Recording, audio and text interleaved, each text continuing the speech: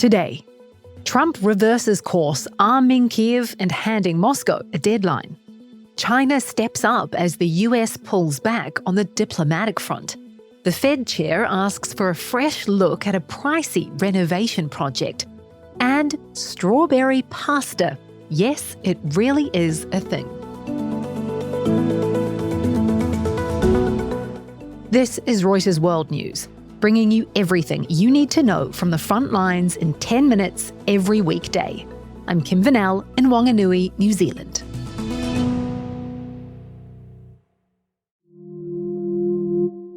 President Donald Trump says the US will manufacture Patriot air defense missiles for Ukraine, and he's issuing a 50-day ultimatum to Russia's President Vladimir Putin: agree to a peace deal or face secondary sanctions. And I'm disappointed in President Putin because I thought we would have had a deal 2 months ago, but it doesn't seem to get there. So based on that, we're going to be doing secondary tariffs. As for the Patriots, which Ukraine has urgently sought to fend off Russian airstrikes, Trump says NATO will foot the bill. Most NATO allies have cut off financial ties to Moscow since the war began 3 years ago, but they've held back from taking steps that would restrict Russia from selling its oil to buyers like China and India. Secondary sanctions would target those buyers of Russian exports. A senior Russian official says Russia does not care about Trump's, quote, theatrical ultimatum. White House reporter Steve Holland is in Washington. Steve, how major a policy shift is this for the US? It's a major shift for the president. It shows that Trump is receptive to advice that he's been getting from NATO leaders, from Republican lawmakers, from various voices in and outside of the White House. He's given his gut instinct a long time now to play out with Putin. So now he's willing to try this approach. And he's given them 50 days. So it's like they have a 50-day off-ramp to make some sort of deal. Now, the Patriots, they are mobile surface-to-air missile defense systems, which are considered one of the most advanced defense systems in the US arsenal. The US will manufacture them and send them to NATO countries, who will replace their own and send theirs on to Ukraine. There are also other weapons being sent. Steve, is this a one-time thing? The NATO Secretary General Mark Rutte indicated that this would be the first wave, that there would be massive numbers of weapons being sent to Ukraine. Now, whether that will actually pan out, we don't know. We do know that there have been concerns at the Pentagon about the stockpiles of American weapons, and so they'll be keeping a close eye on that to make sure that they don't get overstretched. But they did indicate that this will be the first wave of many more to come.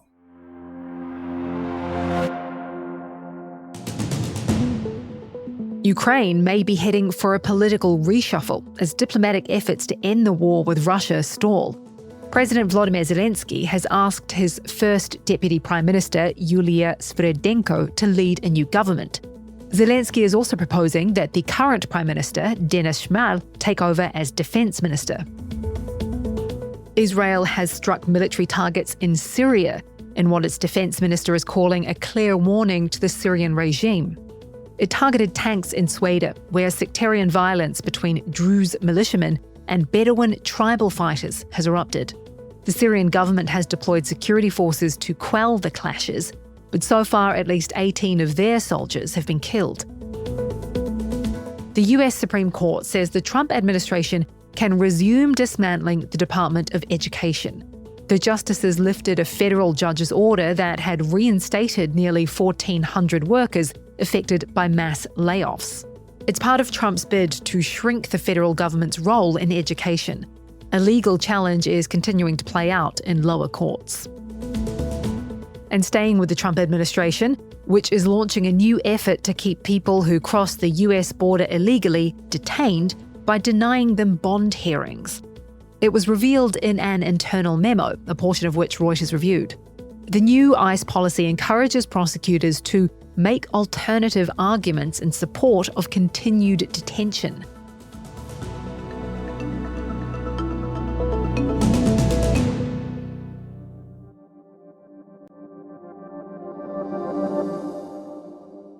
As the US retreats from its soft power efforts abroad, China is stepping in. That's according to a new report from the Democratic Senate Foreign Relations Committee. The report lists dozens of cases where China has stepped in to fund vaccines, provide food, or invest in infrastructure in places where the US has cut back after cutting billions of dollars in foreign aid. Anthony Slawkowski is in Beijing. Anthony, the report cites an example being the earthquake in Myanmar earlier this year. Tell us about that. The United States, I think they sent a very paltry response, and I think they sent 3 people, some of whom got fired while in the field. And in contrast, China sent a 600-person team and committed over $130 million to the recovery effort. That's according to that report, but also, I was here in Beijing and we could see how China sort of really swooped in and dominated that response. Other examples like, China donating $2 million in rice to Uganda in May after U.S. terminated a $37 million HIV/AIDS grant in Zambia. China said it would help the African nation fight. I could go on, but those are some of the examples. Does China have a long-term goal in the places that it wants to exert soft power, where it wants to focus on?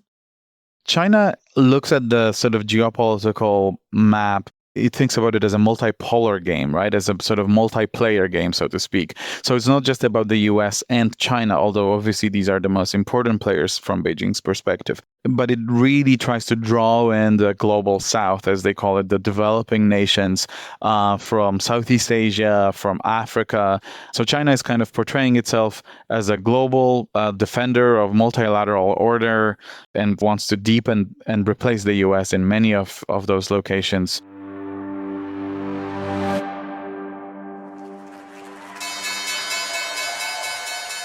The Federal Reserve's chair, Jerome Powell, has asked the central bank's Inspector General to review the costs of the renovation of its historic headquarters in Washington. In a letter to the Senate Banking Committee explaining the request, Powell says some features under fire for being too costly, including VIP elevators or dining rooms, had never been in the project's scope. Powell was informed last week that President Donald Trump was extremely troubled by cost overruns in the $2.5 billion project. Trump has been blisteringly critical of Jerome Powell in recent weeks and says he should resign.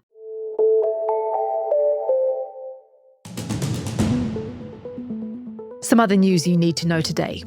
Forecasters are warning of up to another half foot of rain could fall in central Texas, threatening new flash floods. That could also complicate search and rescue efforts after the July 4th flash flood, with almost 100 people still missing. More than 130 people are confirmed dead. Andrew Cuomo says he's staying in the New York City mayoral race as an independent candidate. The former New York governor lost the Democratic primary to self-described Democratic socialist Zohran Mamdani. 67-year-old Cuomo resigned in 2021 amid sexual abuse allegations. And some business stories we're keeping an eye on as well. Tesla has started selling its Model Y cars in India for the first time, and they come with a nearly $70,000 price tag. Nvidia says it plans to resume sales of its H2O artificial intelligence chip to China. The announcement comes days after its CEO, who is visiting Beijing, met Trump. And Bitcoin has vaulted past $120,000 for the first time. It's the latest milestone for the world's largest cryptocurrency.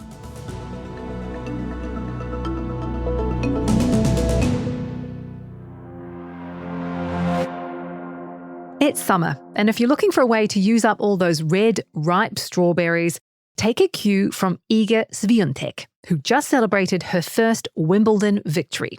The 24-year-old Polish star recently went viral for describing one of her favourite childhood dishes, strawberry pasta.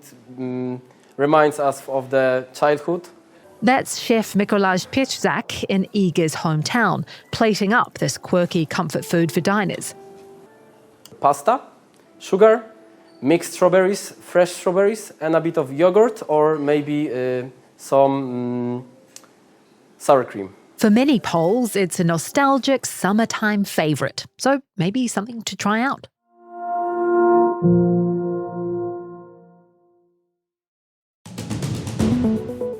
And for today's recommended read, we look ahead to LA 28, as organisers of the Los Angeles 2028 Olympics release the first look at the competition schedule and the most ambitious sports lineup in Games history. We'll put a link to that in the podcast description. For more on any of the stories from today, check out Reuters.com or the Reuters app. And don't forget to follow us on your favourite podcast player. We'll be back tomorrow with our daily headline show.